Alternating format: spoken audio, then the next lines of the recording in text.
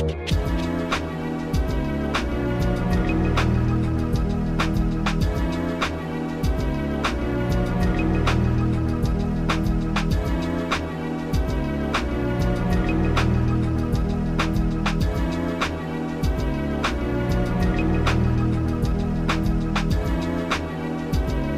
everybody. My name is, of course, Kendrick, the Dredloc Blerd, and I'm here with another Dredloc Blerd Talk interview. Today, I am joined by, if you would like to introduce yourself, please, to the people listening and watching.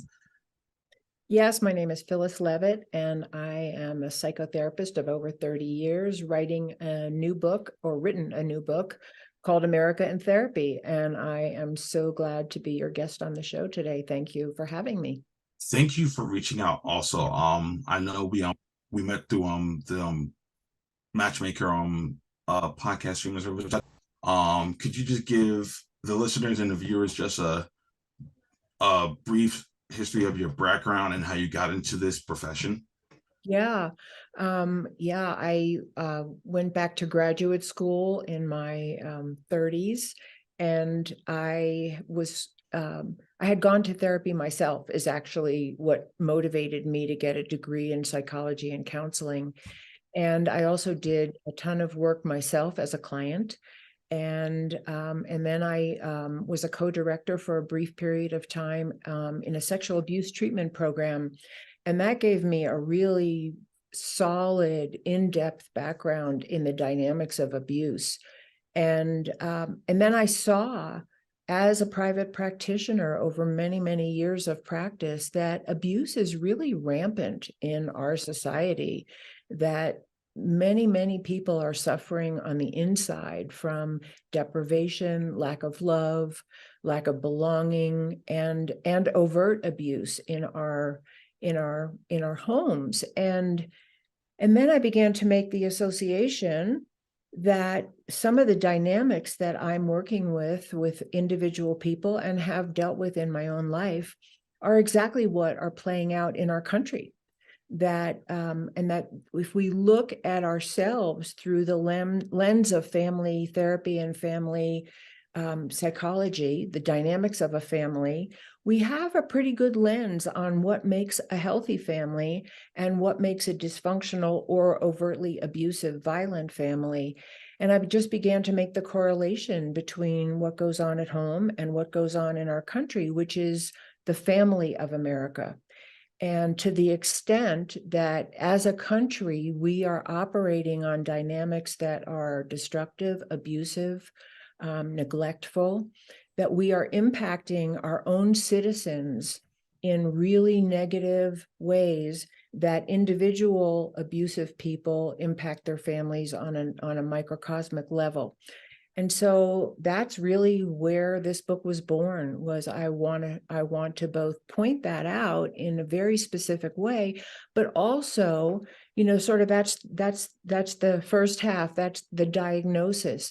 But the point of the book is that there really is hope if we were to implement the best understanding and the best skills and tools and approaches to human relations that psychotherapy has to offer. And I believe that some of the tools that we know in psychology and psychotherapy are an answer to a lot of the ills in America today, if we were motivated to employ them. And that's the key. Because here are some basic things about psychology and psychotherapy that I think put a frame around the picture that I'm trying to create. And that is that psychology is not partisan. It's about repair of human relations. It's not about one side winning or dominating or proving that they're right and someone else is wrong, or punishing even punishing. It's about repair of our human relations. It's about either inner repair of my own heart and mind from whatever I have endured, or it's about repairing our relationships with other people. And that, I think, is the 180-degree shift that we need to see in our country today, because politics today conditions us to believe that the issues we're struggling over, the great political divide, the violence, is all ideological, that it's whose side is right and whose side is wrong and whose view is better and who's good and who's evil, when actually what's going on are issues of mental health. And if I can say a few more words about that, and please jump in and interrupt me and ask questions or, offer your own perspective. One of the easiest ways to understand that is that if you took an individual family and you had a parent that starved one of their children or beat one of their children or sexually exploited one of their children, or cast them out of the house because they had darker skin or they had a lower IQ or they were disabled, we would say those parents were mentally unwell and even criminal in some of their behaviors. And yet, in the family of America, we vote for and condone people and institutions who enact those same kinds of behaviors, policies, and practices on our own citizens, to say nothing of what we do around the world. So that's why I call this a mental health issue. It's not, and I think some of the associations with the word mental health are like we're talking about crazy people who are out of touch with reality or hearing voices, but I'm talking about fundamental mental health, good well-being, that's based in love and caring and cooperation and support of one another and inclusion and honoring of diversity. And the big one, they're all big, but the really big one is a commitment to nonviolent conflict resolution. And these are some of the hallmarks of the healthiest families that I am saying we need to have in America, in the family of America. And I know that this is a big shift I'm talking about. And as my last sentence before, please jump in, why is this important? A lot of people feel like, well, it's just the way it is, or there's nothing we can do about it, or people have always been like that, and there's always going to be those who dominate and those who are forced to submit or who willingly submit. And yes, that may be human history, but the most aggressive among us, the most dominating among us, have nuclear weapons in their hands. They have the power to destroy the environment that supports all life on this planet. So if that isn't motivation to make this 180-degree shift, and I guess what I'm saying is, let that be our motivation to be this 180-degree shift. Now, you mentioned how the stigma behind, therapy and, taking care of your overall mental health is that, people look at therapy as like, oh, the only reason you got to go to therapy is if, you're crazy, you're having like some kind of mental or emotional breakdown. Right. But, you talked about something different. And I've been looking, just like you have, just been looking at the climate of society and the government and, everything that's been going on. I know, I'm pretty sure you're familiar with everything going on with, the Restrict Act, the ban on TikTok, and other, social media platforms and things like that. Mm-hmm. Now, I'm semi-active on TikTok. I don't post a lot, but I do watch a lot of videos. And I will say that, as much, negativity as there is on social media, there's also an equal amount of positivity on there too. I've seen many people on TikTok that discuss like, being able to connect with people to, work through their, mental, societal issues, things like that, deal with the trauma that they've dealt with, either as children or in a marriage or in a relationship, or just, dealing with like wherever they work at or dealing with their friends. Yeah. Would you say that the rise of social media has either helped or hurt, the impetus for seeking help for seeking mental health help or therapy? Yeah, I mean, I don't know that I know the absolute answer, because I think that social media is used in so many ways that is destructive. But as you said, there's a really positive side, and that is that we have access to one another without the interference of the larger corporations or institutions, and people like yourself who are on social media, giving voice to alternative voices or constructive voices. And there's so many people that have come forward and creating their own channels and giving voice to what's positive, because I think people really do want healing. And that's not what the institution, the big social media are invested in. And so I think there's something really powerful about where social media is going in terms of the positive, in terms of connecting people who have positive ideas, who have hope for healing, who want to connect on a empathic, compassionate, and constructive level. And I talk about this in my book, not specifically about social media, but one of the things that we're up against is that in an abusive family, those members of the family who want help and who want to give voice to the abuse that's happening behind closed doors or even in plain sight, abusers tend to massively try to silence those people. And so that's happening in our country, that voices for equality, for justice, for women's rights, for freedom, for Black Lives Matter, for reproductive rights, for all these voices that people are clamoring to have on a big stage, they're put down, they're often assaulted, they're silenced. And there's lots of examples of that. And these are abuse dynamics. And this is one of the things that I really want to point out about what's happening in the family of America, because it's exactly what happens in an isolated family where abuse is happening. And so, the social media has the potential to be a powerful grassroots energy for change. And that's where, I think we need to focus. And you use a good term, which is interesting. It was something I never thought of, like the family of America. You Right. know, I personally believe that a lot of us a lot more united in a lot of different causes than we are divided. Yes. And you mentioned it, and you said it yourself. You look at just like the governmental officials, the people that are essentially running this country, and you just look at a lot of the tactics that they are using to, like, keep down the seeking of, mental, like any type of health, really, Right. not even just mental, like physical Right. health. We look at, them trying to overturn Roe versus Wade to limit reproductive rights for women.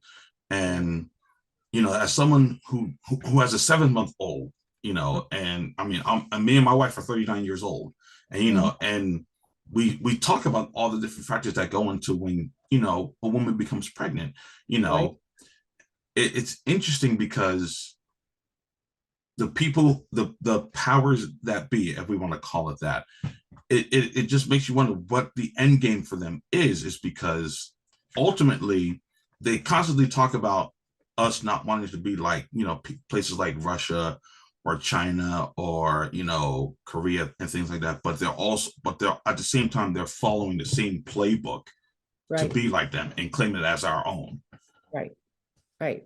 Yeah. I mean, I think that one of the things that we really suffer from, and it's historical that human beings have always been competitive.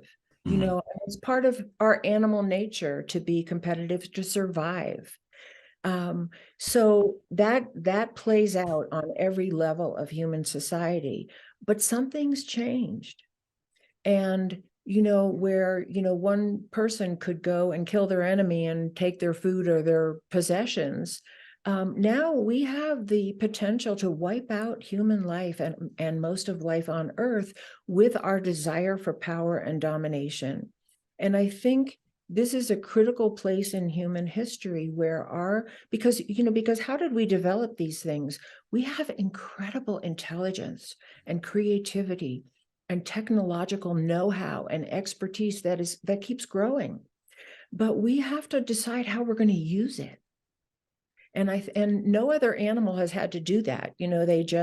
They compete and they wipe out enough of their supply chain that then they're diminished, and then the supply chain rises, and there's sort of a natural balance in nature. And human beings now are the only life form I know of that has to decide how we're going to manage our evolution, and if we're going to manage it. I think I might have strayed a little bit from what you said, so bring me back. Just to, I mean, that was kind of pretty much on topic for the most part.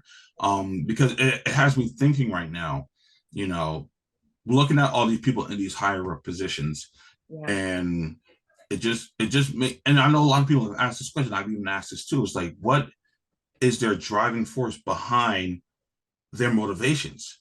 Is Oh, because right, right. Yeah, I remember now what you were saying. Yeah, I think there's a couple of really important issues that kind of come together around this. And I'm not going to pretend to be able to say all of them in mm, one sitting, but some of the big ones are that what I was leading up to and forgot to say is that what we really have to look at is the issue of power. And the 180-degree shift that we need to make is power shared with one another, not power over. Domination and submission really are what is going to take us out. And this is a huge shift for the human psyche because there's an addiction to power. It becomes addictive. And we see that with a lot of what plays out in our own government, that it looks like that the agenda isn't about what's good for the people of America or what addresses, what the people of America are saying in the broad spectrum of what is being communicated as our needs and desires. And like you said, so many people really are on the same page about what they want and need. It becomes about what keeps the powerful in power. And it's separated from the populace. And one of the things that I feel very strongly about is, and that I really try to say from a psychological point of view, and why I consider what's going on in our country, number one, a mental health issue, is that, having been a therapist for over 30 years, having done a ton of therapy myself, knowing all the people that I know, I don't know one person who wants more violence in their life. I don't know one person who wants destruction or hatred coming at them, or to have their access to resources or healthcare or education or housing limited. We don't want these things, but we vote for people who are willing to take them away from others. And that's a serious mental health gap in our collective psychology, that we condone things being done to other people that we would never want to have be done to ourselves. And, sort of along that line, what I would say is that the way that I would talk about what brings people to therapy, there's two things that I want to say about that are really big. One is the motivation for coming to therapy is pain. Something in our life is not working. And just to address something that you said earlier about some of our negative associations with therapy and the whole idea of addressing mental health, is the idea that, you're weak if you need help, or you should figure it out. You should be able to put the past behind you. You should be able to buck up, whatever those associations are of like our emotional independence. In actuality, it takes great courage to say you need help. And it takes great courage to be willing to be open to something new that you haven't tried before. It's easy to just react and lash out at other people. It's easy to push people away or make them wrong or judge. That's easy. The hard work is actually the work of repair of our human relations. And I really try to reframe that in my book, because it takes enormous strength and courage to heal. It takes enormous strength and courage to look at our own wounds and the wounds we've inflicted. None of us are free from having hurt somebody at some point, as much as we might have been hurt. And these are the things I'm advocating for America, that we have the courage to look at our own behavior, our own impact on people, and our impact on people around the world. Because that's one of the keys to healing, is that honesty that in a psychotherapeutic setting takes place in an environment that's safe, that's non-judgmental, that's not about punishment or shame or blame. It's about healing. And so, again, bring me back. So, like, and it leads me to another question because, I look at the people who are put in these positions of, that are supposed to be helping the country move forward, Mhm. and it's always one of the cases where it seems like we're taking one step forward, like 500 steps back, Yeah. and and it just makes me wonder because, like, even to this day, a lot of the people who are in charge of making these things happen for the country, are men for the most Mhm. part. There's a lot of men that are in charge of these positions, Yeah. and I know for the most part, it's always been like a generational type of a generational stigma that men are usually the ones that don't go in the direction of like going to therapy to seek help and Right. stuff like that. Yeah. So I guess my next question would be, is that a truly generational stigma that men put on themselves, whether it's be their fathers or their uncles or whatever, that are always on them in the mode of like, you're a man, suck it up, deal with it, and Mhm. just keep pushing forward. And the second part is, when does that ideology turn into a mindset of almost tyrannical thinking? Yeah. Yeah. Well, I'll tell you the approach that I take to that. And it's not so much a gender approach, Mhm. although there are gender differences. But I'll tell you what I think the underlying psychological piece is that affects our gender roles. And that is, and I talk about this a lot because this is my observation over years of working with abuse dynamics on a continuum from verbal violence all the way to sexual violence and even murder.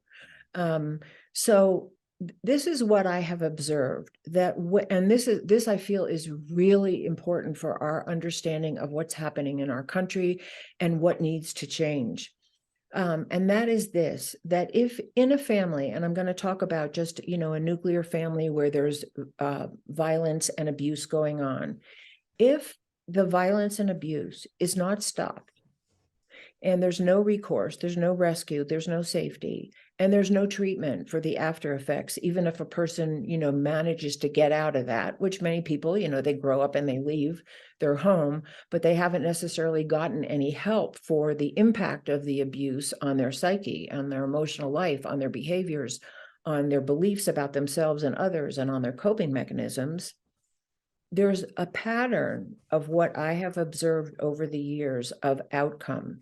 And there's no one size fits all, and I'm not pretending that there is.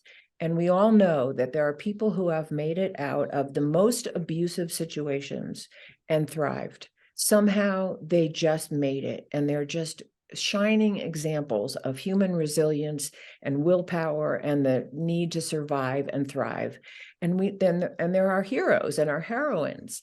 But I think what I can deduce from my work and seeing war taking place all over the world, and tyranny and persecution, is that there are millions of people who don't make it out. And that's my focus. There are millions of people who never get any help, never get any rescue. And the pattern that I see emerging from that is one of two outcomes. And again, this is a generalization, but I think it's an important one. And that is, people tend to become either helpless and powerless and easily dominated because they've learned that resisting abuse and violence does not work. And it may even bring them more violence and harm if they try to resist. That's one outcome. So you have a population of people who are more easily dominated, and more easily forced to be under someone else's control because they've lost a sense of personal power because they actually never had it. It's not their Okay. fault, it's not a blame. The other outcome is called, in psychological terms, it's called identification with the aggressor. And it's those people who model after the aggression that they have received. And they become like the aggressor, or they support people in power, whether it's in their family or on the playground or in a business setting or in a place of worship, or other, kind of larger group family setting where they will support people who are dominating and can be cruel and abusive and target their victims. And they align with the aggressor. And we see both of these things happening in our country today on a massive scale, that there are people who are so beaten down that they really have no hope of reclaiming any personal power in our culture, and they're just doing the best they can to survive. And then we have people who have identified with the aggressor, who rally around those who are in positions of power and support them and are rewarded by them. And who also become some of those people in positions of power. And I think that's what we're really dealing with on a psychological level. And I think, in general, it's more socially acceptable for a man to become the aggressor and a woman, or not necessarily socially acceptable, but partly socially acceptable and partially just how it's played out because of our nature, for a man to become more the aggressor and a woman to become more the submissive. But that really is not true across the board.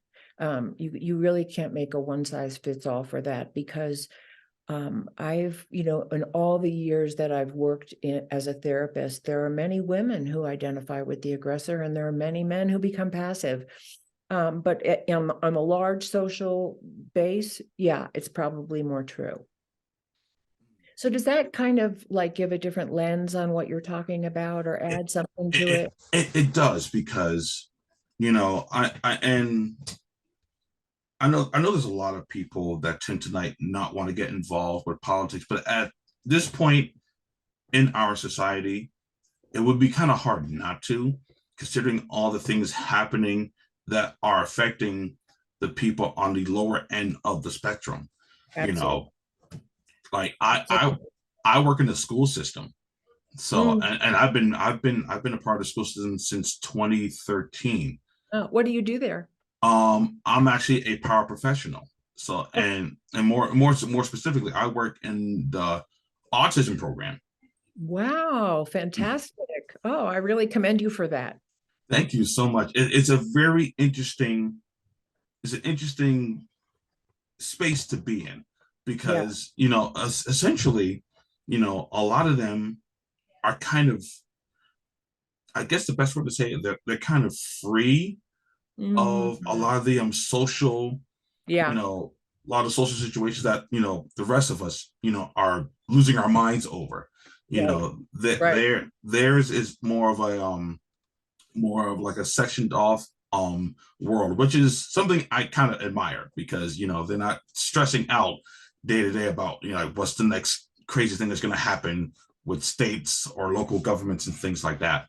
Right. But just being in the school system itself and just looking at the changing of how kids are growing up now to when I was growing up or when you were growing up, Definitely. and and they're they're so connected to everything else. Like it was different for us, because we didn't have like these state of the art computers or like these Right. smartphones and things like that, or TV stations that we could see from like overseas and stuff. We were always just, everything was just kind of in its own little bubble.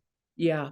But now they can they can pretty much, the sky's almost the limit for the kids these days. Hmm. And I look at a lot of individuals who not only work in education but just work around the younger generation also, and what they try to do to try to steer them in the right direction. Yeah. And it's interesting because getting older, I didn't have too many male figures that would just tell me to just suck it up and like, just keep moving. Like certain things, yeah, like if it was something physical, that's one thing. But Yeah. like as far as like mental health, like a good example would be my karate teacher actually. I started training in martial arts when I was 11. I'm 39 years old now.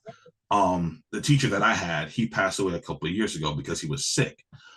But I would have to say like he was probably one of the best examples I had of like a positive male figure, Yeah. because he was not only was he teaching me how to be like a proper gentleman by the world standards, but he was also, especially later on towards life, he was always telling everybody like be open to express your emotions. If it's to cry, cry, laugh, all Right. that stuff. And Right. it's something I tell the students now, like, listen, if you want to cry, go right ahead. Like there's nothing wrong with that. But at Mhm. the but whatever reason you're crying for it, you always got to try to address it, so it doesn't become like a constant issue. And I look at what's happening, and I guess my next question would be, what would be what would cause like a major turning point, or what could cause a major turning point for the United States at large to kind of shift their way of Yeah. thinking? Yeah, I mean, I think there's several things. One of them, and this is one of the main reasons why I've written this book, is education. Because if we don't know what's happening to us, and we don't know what causes it, and we don't know what are some of the things that could really alleviate the terrible challenges that we face, then we're really at a loss. It's like if you have a pain in your body and there's no doctor you can go to that can say, show me where it is. Oh, that sounds like this. And we're going to do this blood test and we're going to localize it down to your appendix or your liver, or your heart or whatever. Then there's very little chance that you're going to have a healing from that medical point of view. So we need the people that are educated. We need all the people that are working in the field of psychology, mediation, every healing art there is, anyone who works with the mind-body connection, brain functioning, social relations, on a bigger, on social justice programs, Mm-hmm. anybody has input into our mental health. We need these people. And so part of our education is to understand that we actually need them, and it's not a sign of weakness, Mm-hmm. and it's not a stigma to get that kind of help. We don't feel stigmatized if we go to the computer guy to get our computer fixed. Right. We totally Exactly. acknowledge that we need help.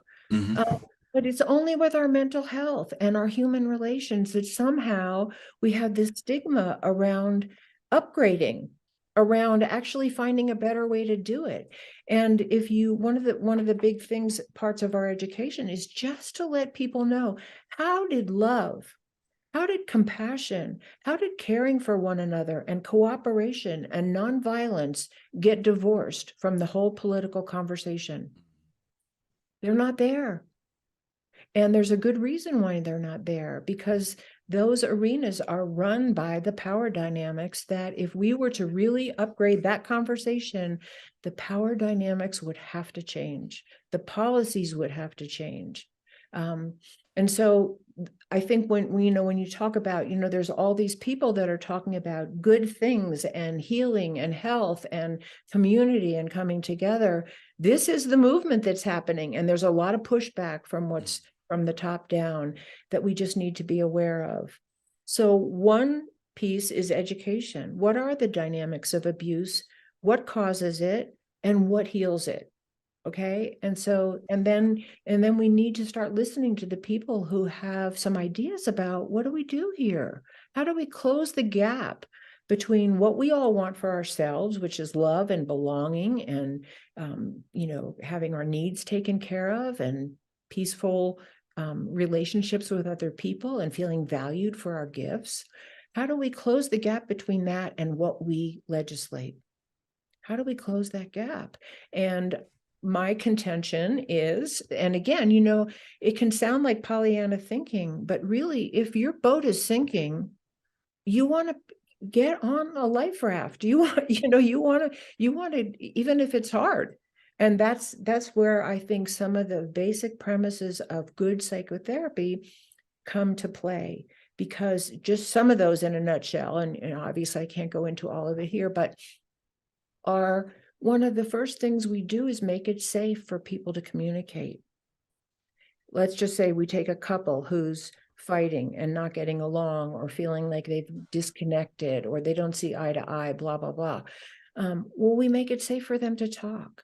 We make it safe for them to hear each other's point of view without judgment, without blame, without attack.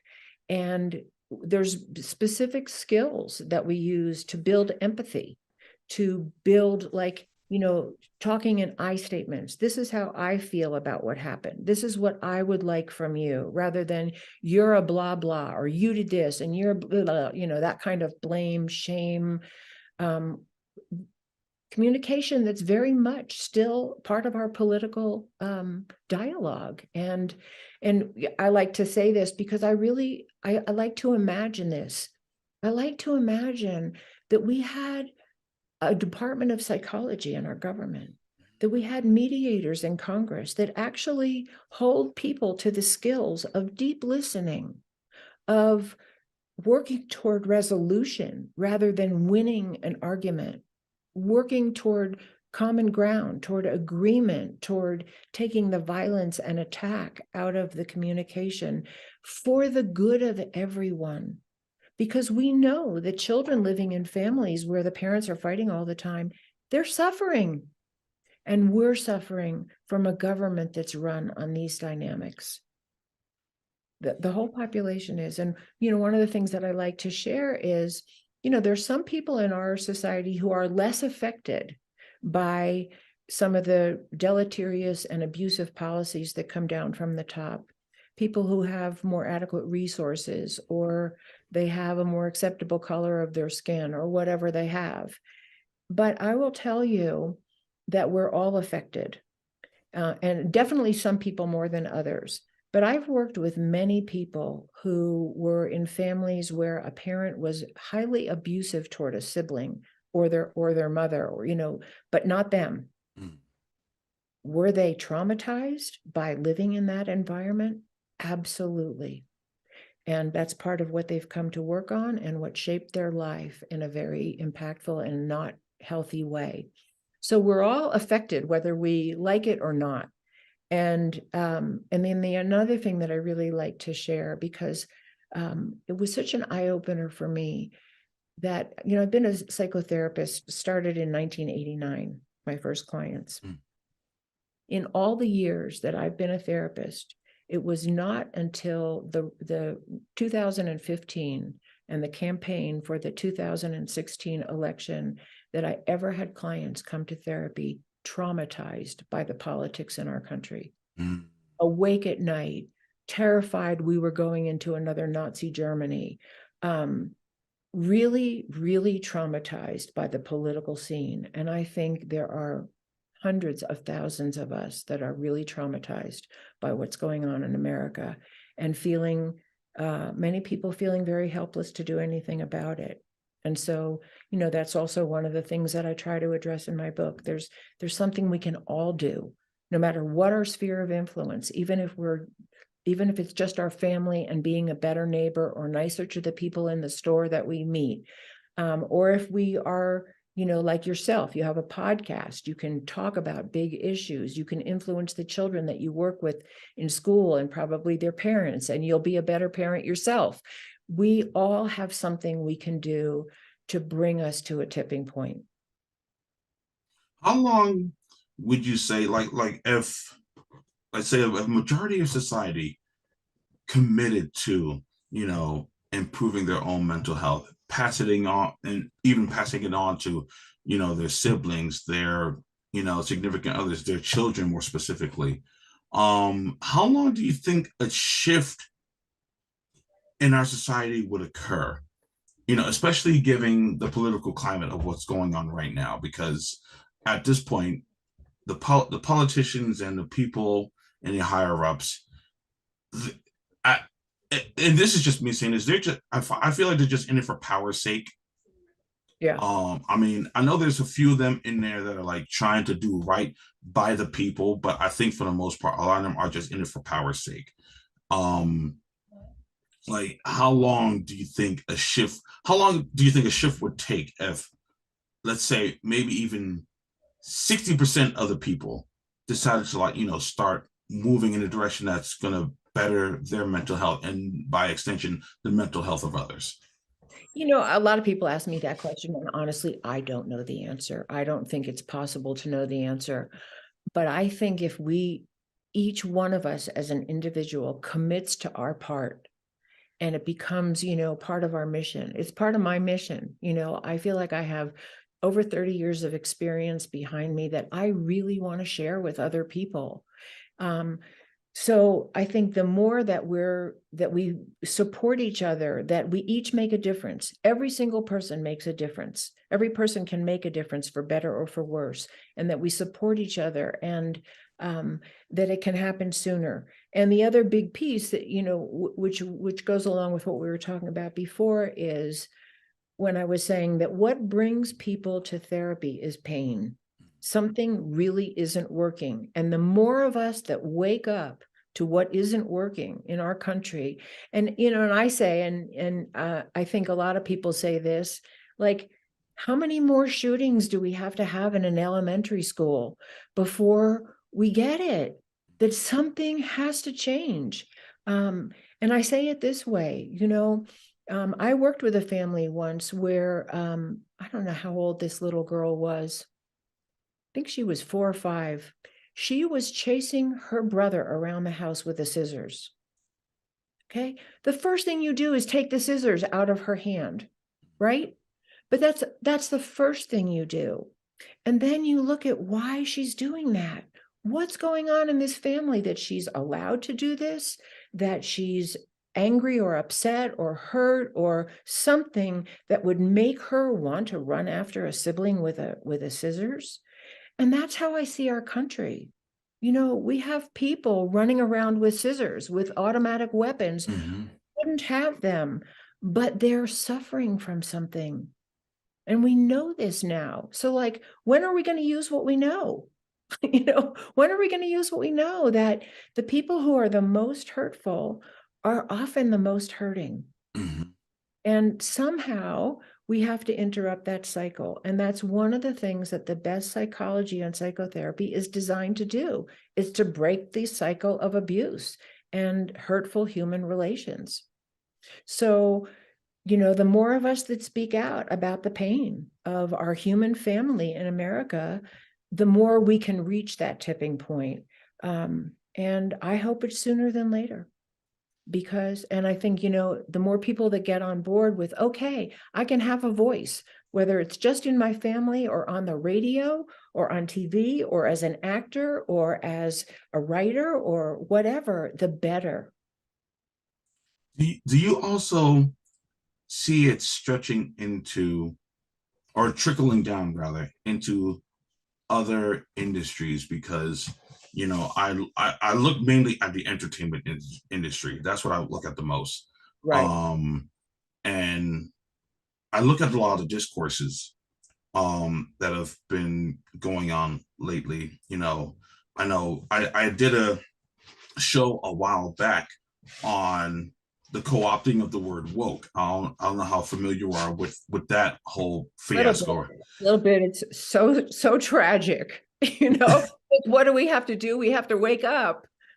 And it's like I look at it, and I've even, and most people who know how the word got co-opted, they know that ultimately what the far right has done with the word is they've taken it and they've bastardized it essentially to basically mean anything dealing with inclusivity and diversity.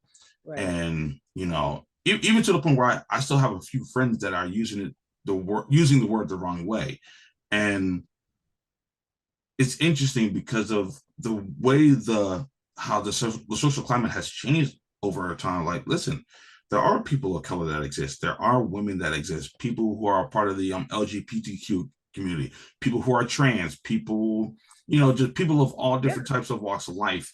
And to say that they can't exist in a fictional world where, let's say, wizards and witches exist, or dragons and sorcerers exist, to think that they could not exist in those worlds is kind of backwards thinking in 2023, considering where all different types of people and the fact that those people have existed for generations. It's not just now that they're becoming prominent. They've existed since before a lot of us were even born. Yeah. Well, again, I look at that whole thing through abuse dynamics, because I think it's really very clear from that perspective that abusers will target certain populations. You know, Hitler targeted the Jews. They pick a minority or a divergent population or a population that they see as less powerful, and they target that population, and they mobilize people to believe that that population is the cause of their ills. This is an abusive dynamic. So, and the dynamic is that abusers justify their abuse. That person is less than, they're evil, they're taking your job, they're immoral, whatever they say to rally their base, their followers to believe actually that their ills are being caused by some population. So that's an abuse dynamic in and of itself. And then they abuse people and then blame them for their symptoms. So if you hurt someone, they're going to be symptomatic. They're going to withdraw. They're not going to thrive. They're going to get violent. They're going to do whatever they do. And then they're blamed for that. And this just keeps the cycle of abuse going. And it keeps people believing in the actions of an abuser rather than looking to see that, oh, if you hurt people, they're going to act out. So we have to stop hurting people. Does that make sense? Yeah, that absolutely makes perfect sense actually, because just from this conversation alone, and again, this is a perspective I didn't even consider. Just looking at the state of things. People, in our circle, they're always like, oh, this person's crazy. This person must be out of their mind. And we said it a lot about politicians, but then you sit down, and I'm sitting down with you, and they're like, wait a second. There really might be something psychologically wrong with these people for them to behave this way or to enact certain things and try to put certain things into place that infringe upon the rights of people, who are just essentially just trying to live their lives on a daily basis. So it's amazing looking at it from a new perspective, and I'm always trying to look for new perspectives, because I think ultimately, and this is something I've been getting into the mode of telling people too, like, listen, if you need to talk to someone, like, even if you can't get to a therapist, get to someone you can talk to about this, because I think if you get it out, you can at least put it out there in the universe, and then somehow the universe will answer back to you in a way to help you kind of fix or put you on a different path that you can get better. Right. Because a lot of people say that this country is sick, and people just throw that term around, but you're the first person I talked to that's actually come up with like an actual genuine solution as to what could possibly start getting us back on the right foot. Because I'm not looking at this as like I'm not looking at this like so much as it's a versus thing. Like, I don't feel like it's color versus color. It's or even if it's like the powerful ones against the not so powerful ones. It's literally just look, there's a sickness going on in this country that is yet to be dealt with. Yeah. And until we deal with it, it's just going to continue to get worse, because as you said, the people in power are just going to keep doing what they're doing because they already have the power. They have nothing else to really worry about. Right. Even if they have issues. Right. And they have the power right now to convince people that certain populations or certain issues are the problem rather than their mental health and our mental health. And one of the things you see and this is a big one, there's some really big ones actually that psychology has a doorway into. And one of them is that we see people as equals. When a husband and wife come to therapy, we don't tell the wife or the husband the other one should be the one you listen to. We help people value the contribution of every person, that each person, even if it's a child in a family who, yeah, obviously they don't have the same role as a parent and they don't have all the same powers that a parent does, but they're equally worthy of being heard. They're equally worthy of having their needs met and their voice honored. And that's a very big premise in psychotherapy and in psychology. We all bring something to the table, unless I'm bringing something highly destructive and abusive, and just calling names, or I want to punch you out. I have a point of view that I want to be heard, be heard just as much as you do. And that's what we're not seeing in our country and our government. It's not role modeled. This is not the role model of good parenting that our children are seeing being played out in our government and in a lot of the large ends of social media. And this is something we need to address, because these role models have powerful influence on young people. Mm-hmm. And who's going to inherit our earth? Who's going to be the next generation in power? It's the people who are young now. Yep. Yep, absolutely agree. I actually it actually brings up an interesting question that I just thought about.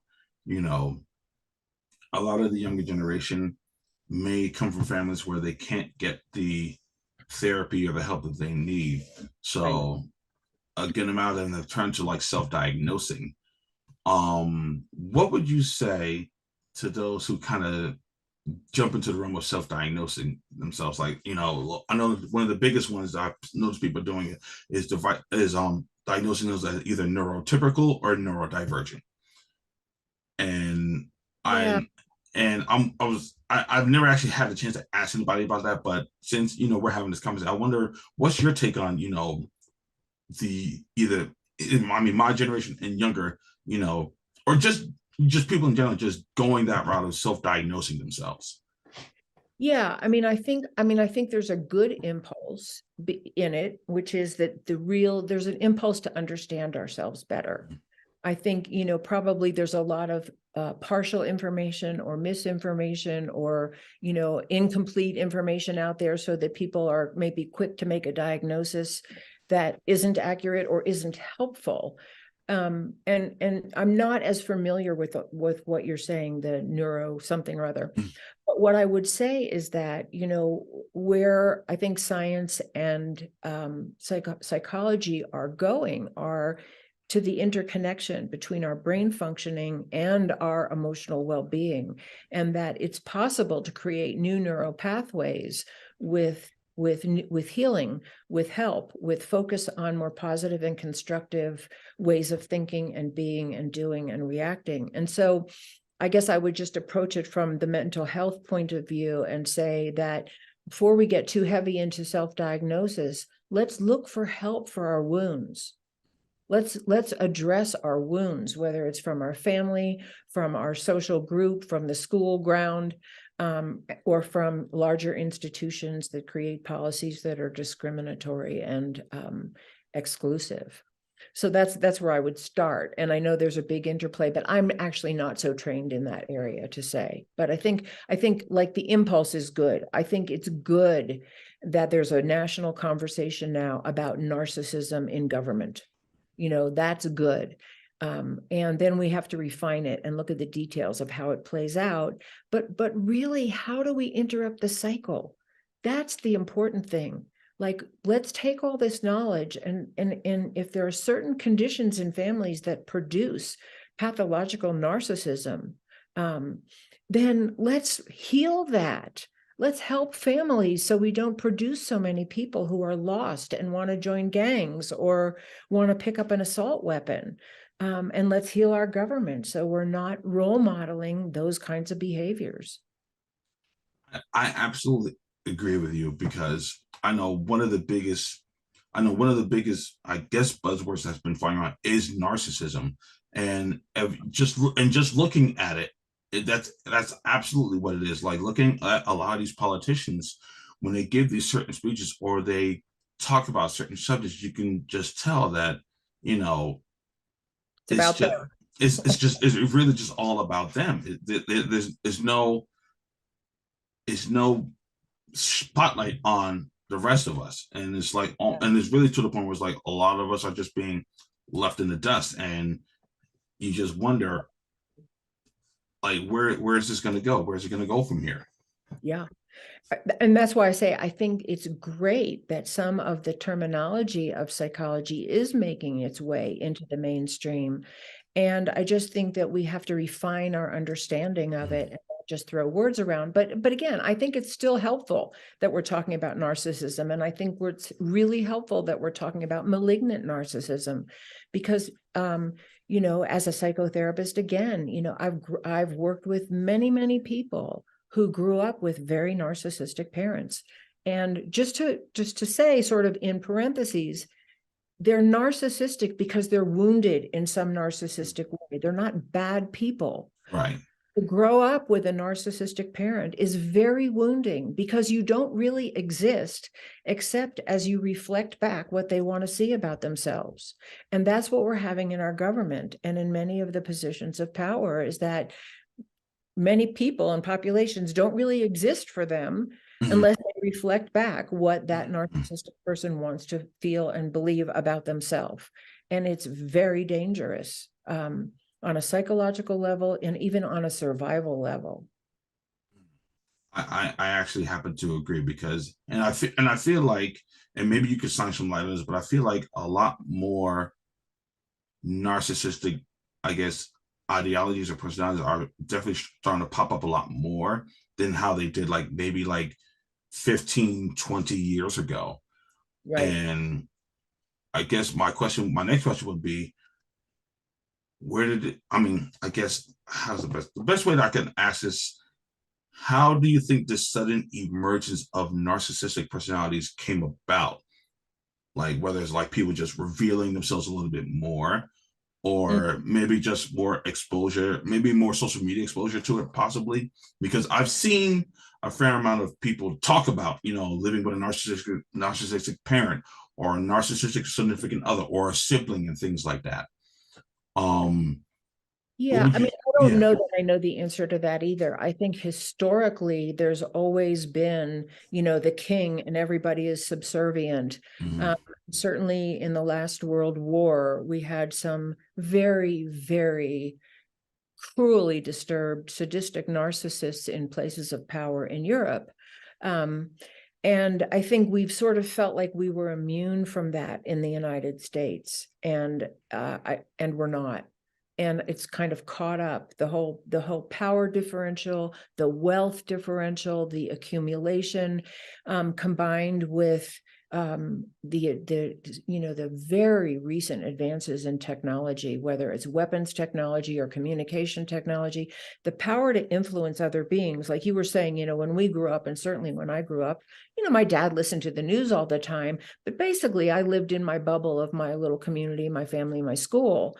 And all of that was like way out there somewhere, and I didn't think it affected my life until I grew up. And I think that's not the case anymore. I think the communications technology combined with the power and wealth differentials have made it harder for more vulnerable people to escape the grip of narcissism, because it's addictive. There's never enough power. There's never enough money. There's never enough sex. There's never enough influence. Um, does that make sense? So Yeah. like, I don't Yes, know, it does. the whole answer, but I think that's part of it. I definitely would agree with that. I think that definitely makes a lot more sense. Um, I'm just thinking if there's any other questions that I might have, because all of this was extremely enlightening. Like you definitely gave me a new perspective to look at, because, while, like I said before, while some of us, like, will throw the term about mental health around, but I don't think anyone's actually ever really considered that a lot of what's happening right now is because of deep psychological issues that a Absolutely. lot of people, especially people in the higher ups, are refusing to acknowledge. And Right, because of that, is making everything else around them a lot worse. And right, then that coupled with, the narcissism is right. only a matter of, like, listen, it's not affecting me, so it doesn't bother me. So Right, right, stuff like that. right. So And the truth is, any one of our children could be in that elementary school. That's actually the truth in America today. mhm, I hope that stirs us to a different kind of awareness and a different kind of awakening and a different kind, just that alone. And there's a million issues. That's only yeah, one. But, let it awaken us to make some changes for the safety of our children and the future of actually, I think, life on Earth. yeah. I do. Like if I guess this will probably be my last question. Okay. Um, we're in 2023 right now. We have an election next year, if I'm not Yeah. mistaken. We have an election next year. Yeah. If the country continues to go down the path that it's going down right now, how I hate to use it, but how bad do you see it getting Mhm. if we don't make any type of significant change to the way we how we just engage each other and how we just treat each other? Yeah, it's scary. I mean, and actually, like I say, that's one of the reasons why I write this book, because it's scary. I think, even with what happened with January 6th and what's Mhm. happening with this indictment and people, talking about, well, maybe we're just going to have another civil war, that would be a calamity of untold proportions if we don't look at how we're going to work this out in a nonviolent way. There's an incredible quote by Martin Luther King that I love to share, because I really believe it's true. And he said something like, and I may not accurately quote it, but it was something like, the choice, my friends, is not between violence and nonviolence. The choice is between nonviolence and non-existence. And I think he's right. And I fear for our country. I fear for our children. I fear for our future. And that's not to say that there aren't masses of people doing good, because there are, and we need to bring them into the news and we need them to be featured. One of the things that I looked up when I was writing my book was about volunteerism. Volunteerism in America is really high. People volunteer their time, their energy, their resources. It was something like, I read, $4.5 billion are donated to charity. Way more than 50% of people volunteer their time somewhere. So there's this undercurrent of let's heal. And part of our job and part of what you're doing by having your podcast is bring that to the fore. Let this be the example our children see. Let's highlight the healing. Let's highlight the good. Let's highlight the love. Let's highlight the compassion. Let's highlight the sharing and the nonviolence. I could not agree more. I really could not agree more. I want to thank you so much for coming on to the podcast.